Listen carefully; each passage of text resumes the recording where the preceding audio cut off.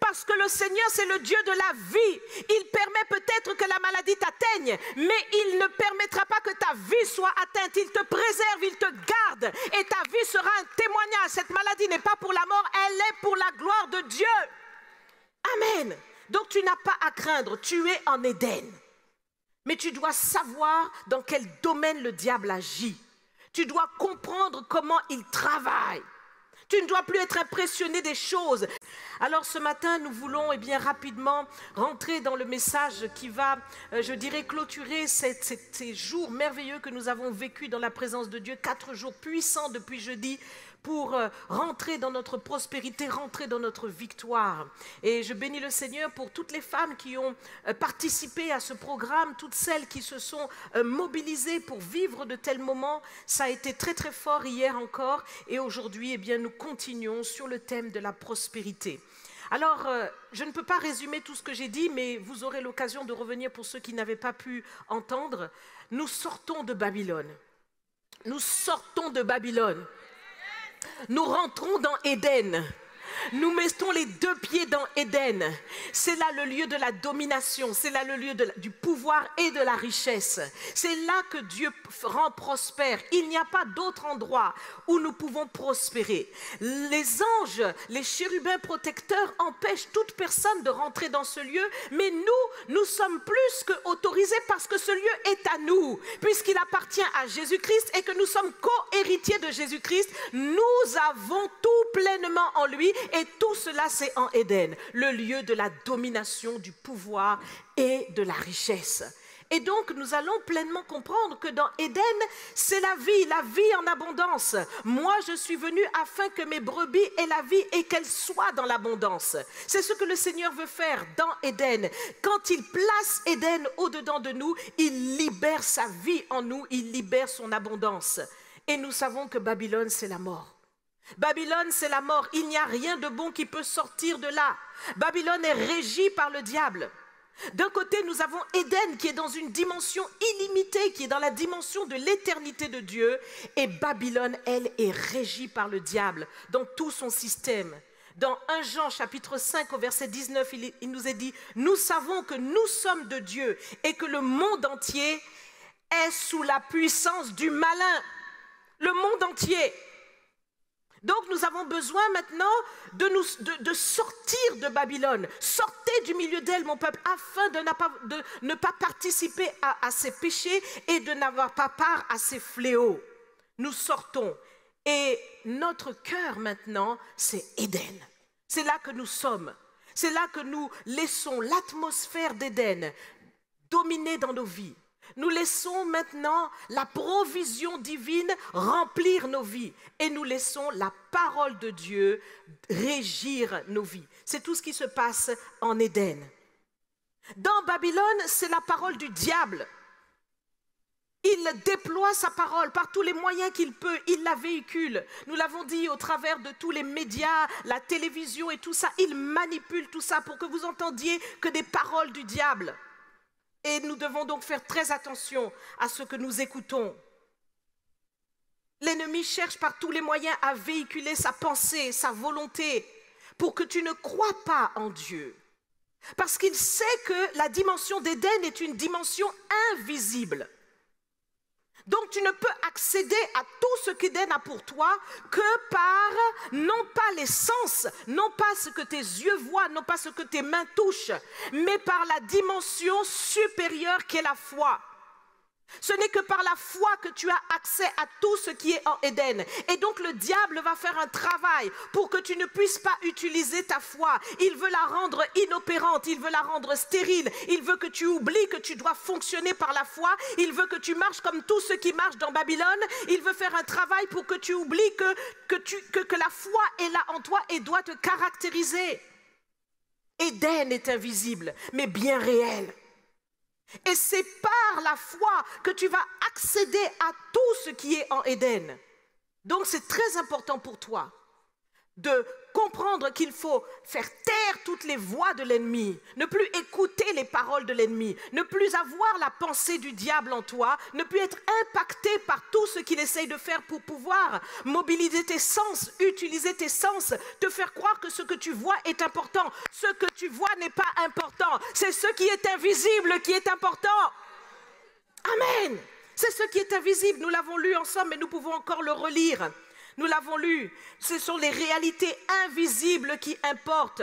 On va le lire ensemble parce que tout cela nous aide. Oh, mes bien-aimés, nous voulons vraiment plonger nos regards dans cette parole et comprendre tout ce que notre Seigneur nous dit.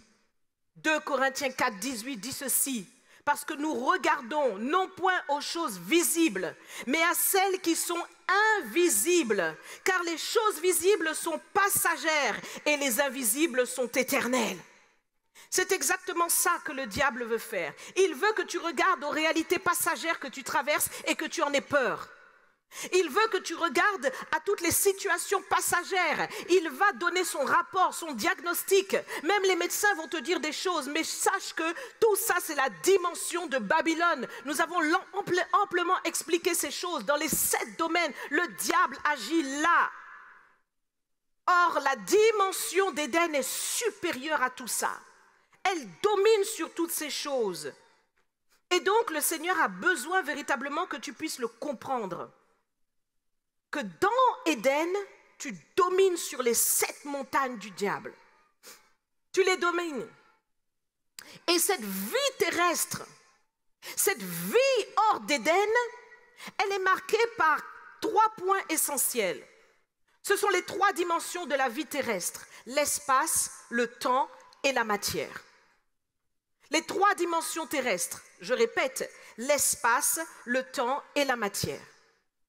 Et Satan va agir sur les hommes dans les 7 domaines que nous avons expliqués. Je ne reviendrai pas là-dessus. Si vous n'avez pas pu entendre cela, vous reprendrez les messages enregistrés par le multimédia. Mais il va agir dans ces 3 dimensions-là. Retiens bien, il va agir dans l'espace, il va agir dans le temps et il va agir sur la matière. Dans l'espace, premièrement. Nous regardons dans Job au chapitre 1 et nous voyons que Job a été attaqué par Satan. Et regardez ce qu'il nous est dit au chapitre 1, au verset 7. Donc, dans la dimension invisible, Satan se présente devant Dieu.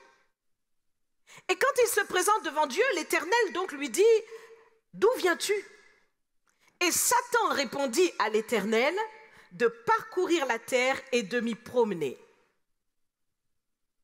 De parcourir la terre et de m'y promener. Donc vous voyez que le diable agit dans l'espace.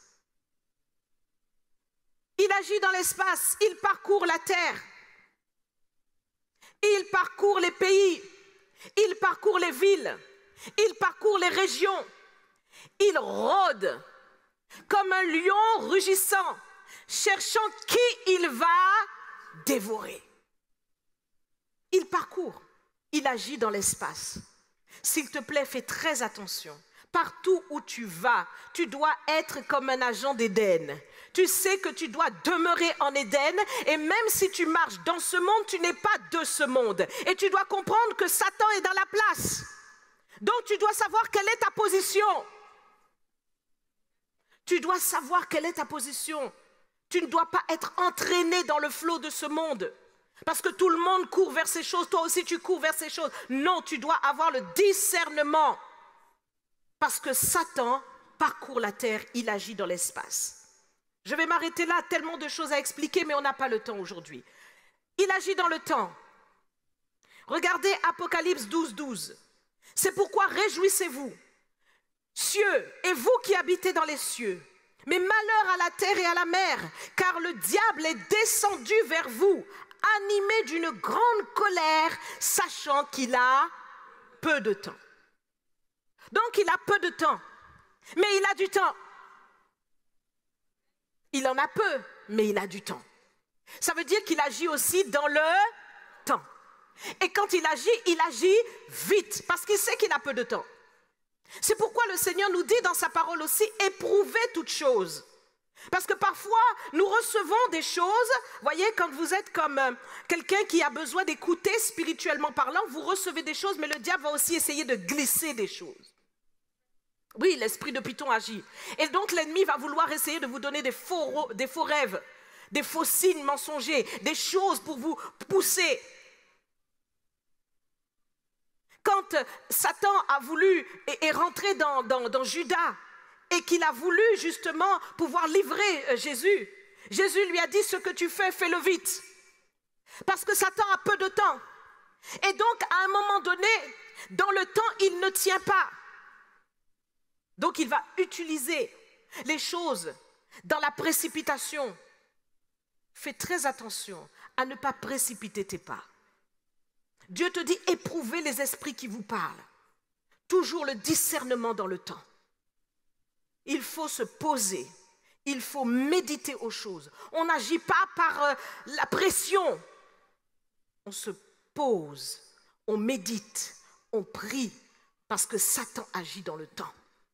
Mais lui, il a peu de temps. Il veut te pousser vite, vite, vite, vite, vite. Il veut même te faire croire que c'est la volonté de Dieu. Tu comprends, il faut y aller vite, vite, vite, vite, vite. Non, non, non, non, non.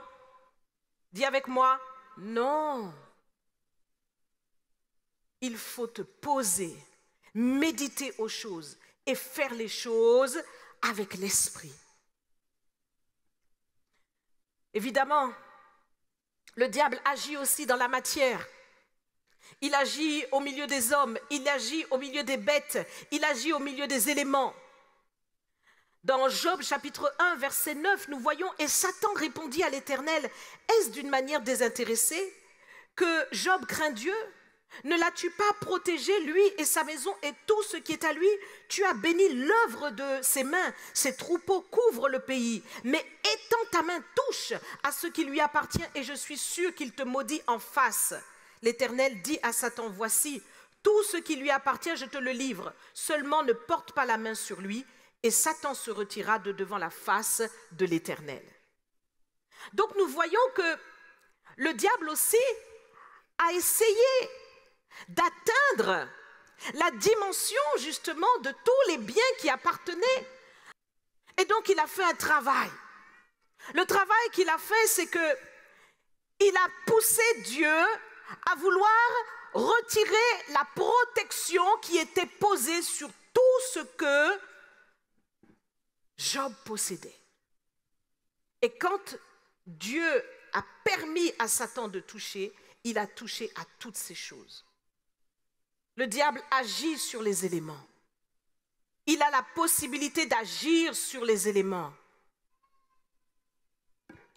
Nous voyons encore que le diable agit dans la dimension de tout ce qui est, voyez, la météo. Dans Job 1, chapitre 13, verset 19, « Un jour que les fils et les filles de Job mangeaient et buvaient du vin dans la maison de leur frère aîné, il arriva auprès de Job un messager qui dit « Les bœufs labouraient et les ânesses paissaient à côté d'eux, et des Sabéens se sont jetés dessus et les ont enlevés et ont passé les serviteurs au fil de l'épée, et je me suis échappé moi seul pour t'en apporter la nouvelle. » Il parlait encore lorsqu'un autre vint et dit « Le feu de Dieu est tombé du ciel et a embrasé les brebis et les serviteurs et les a consumés. » Et je me suis échappé moi seul pour t'en apporter la nouvelle. Il parlait encore lorsqu'un autre vint et dit « Des Chaldéens formés en 3 bandes se sont jetés sur les chameaux, les ont enlevés et ont passé les serviteurs au fil de l'épée. Et je me suis échappé moi seul pour t'en apporter la nouvelle. » Il parlait encore lorsqu'un autre vint et dit « Tes fils et tes filles mangeaient et buvaient du vin dans la maison de leur frère aîné. Et voici un grand vent est venu de l'autre côté du désert et a frappé contre les 4 coins de la maison. Elle s'est écroulée sur les jeunes gens et ils sont morts. Je me suis échappé moi seul pour t'en apporter la nouvelle. » Nous voyons donc que le diable a manipulé tous ces éléments-là. Tous ces éléments. Quand vous entendez parler d'inondations par-ci qui ont fait tant de morts, vous entendez parler de tornades par-là qui ont fait tant de morts, vous entendez parler de cyclones, d'ouragans qui ont fait tant de morts, sachez que c'est le diable qui est à l'œuvre. Beaucoup de gens disent « Oh, mais on ne comprend pas si Dieu existait, pourquoi il fait ça ?»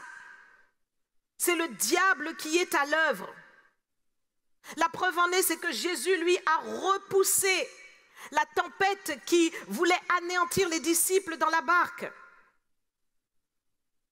Dans Job chapitre 2, versets 5 à 7, Job se présente et il dit, mais étends ta main, touche à ses os et à sa chair, et je suis sûr qu'il te maudit en face.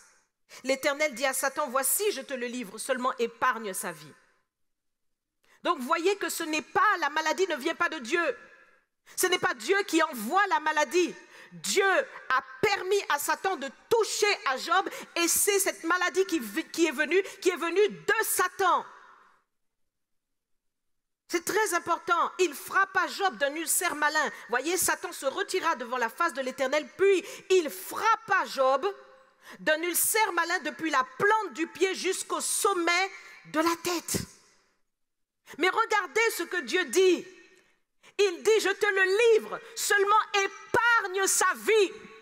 Parce que le Seigneur, c'est le Dieu de la vie. Il permet peut-être que la maladie t'atteigne, mais il ne permettra pas que ta vie soit atteinte. Il te préserve, il te garde, et ta vie sera un témoignage. Cette maladie n'est pas pour la mort, elle est pour la gloire de Dieu. Amen. Donc tu n'as pas à craindre, tu es en Éden. Mais tu dois savoir dans quel domaine le diable agit. Tu dois comprendre comment il travaille.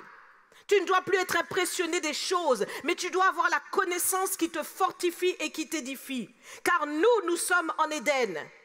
Donc nous devons véritablement réaliser que sur les 3 dimensions dont nous avons parlé, espace, temps et matière, nous avons une dimension de domination. Nous sommes dans une dimension supérieure à ces choses-là. En Éden. Parce que Dieu règne sur toutes choses, il domine sur toutes choses et il a fait de nous des co-héritiers.